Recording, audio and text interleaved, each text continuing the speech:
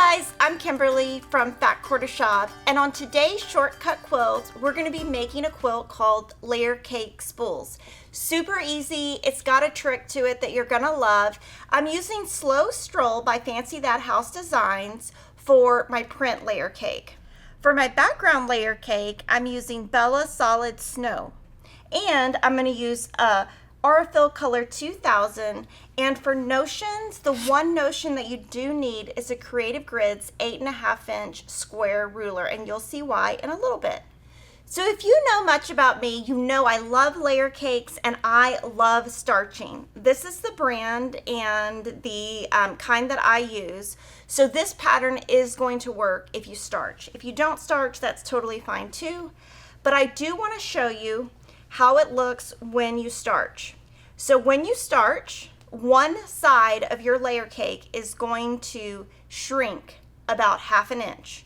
So just go ahead, starch all of your pieces if you're interested in starching. And what I'm going to do here is I'm going to cut a background and a print layer cake. And you'll see that sometimes your layer cake might be a little bit crooked, and that is going to be perfectly fine in this pattern. What you're going to do is I'm going to just take a 3.5-inch ruler and trim. So now we're going to label them. Your small print is A1, your large print is A2, your small background is B1, and your large background is B2. And what you're going to do is you're going to do that on 32 print squares and 32 background squares. And once you have that cut, we'll move to the next step. So now what we're going to do is we're going to take one print and one background that we just cut, and we're going to put a print on the left side that's small and a background on the right side that's large. We're going to do the reverse here. And when that is done, I'll show you what it looks like. You're going to make 32 and 32. And basically you want to keep the two fabrics together that match for the next step. And it doesn't matter if it is perfectly lined up on the edge, so you don't even have to pin when you put these together if you don't want to, because we're going to be trimming down, and on all of these we're going to press towards your print and away from the background.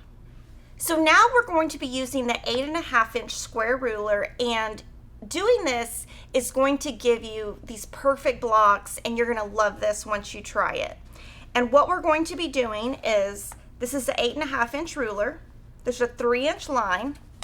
I'm going to turn the ruler upside down, put the 3-inch line right on that seam. And this is why you don't need to use pins on the previous step.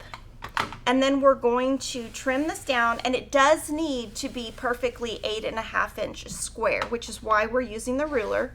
So the precision part of this block starts now. So you're going to make 32 with the print on the left, and then you're going to make 32 with the background on the left, doing the same exact thing, that 3-inch line on this seam.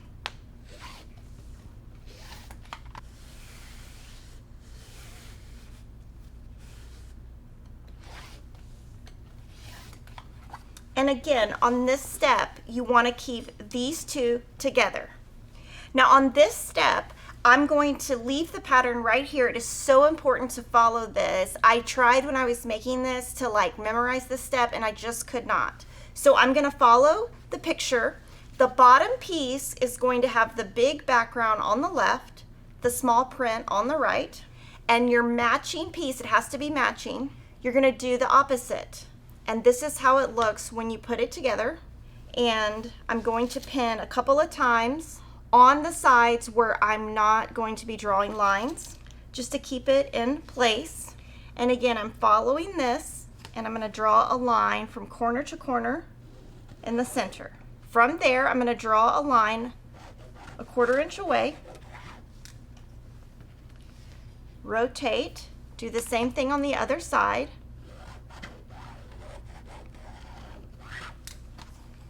And then here you're going to go to your sewing machine, and you're going to stitch on the 2 outside lines right here. And we have done that, and it looks just like this. So there's my stitch lines. Now we're going to cut on the center line, And this is going to give you one unit that looks like this, and it's going to give you one unit that looks like this. You're going to press according to the pattern, and then we're going to assemble the block. So once you iron, you're going to have little dog ears here, and I just cut those off to get those out of the way so that when you put your block together, they don't interfere with your seam. And then we're going to make 32 of these, 32 of these. So once you've made all of your units, you're going to place them together, and you'll have 2 that are more background dominant, opposing, 2 that are more print dominant, opposing, and it's going to create this awesome spool, and you would not have gotten that without all of that crazy math we just did for you. So from here, you're going to put these together, and you're going to pin in this intersection here and here. All of your seams will oppose, so they'll nest really nicely. You'll stitch down this seam, press according to the pattern, and then do the same thing on the last seam. And I'm going to show you how beautiful this block looks. It's amazing, totally original. So with this block and our free pattern, we have size options for lap, twin, queen, and king. So that's how you make the layer cake spools. If you want to see more layer cake videos like this, check out our Shortcut Quilts playlist.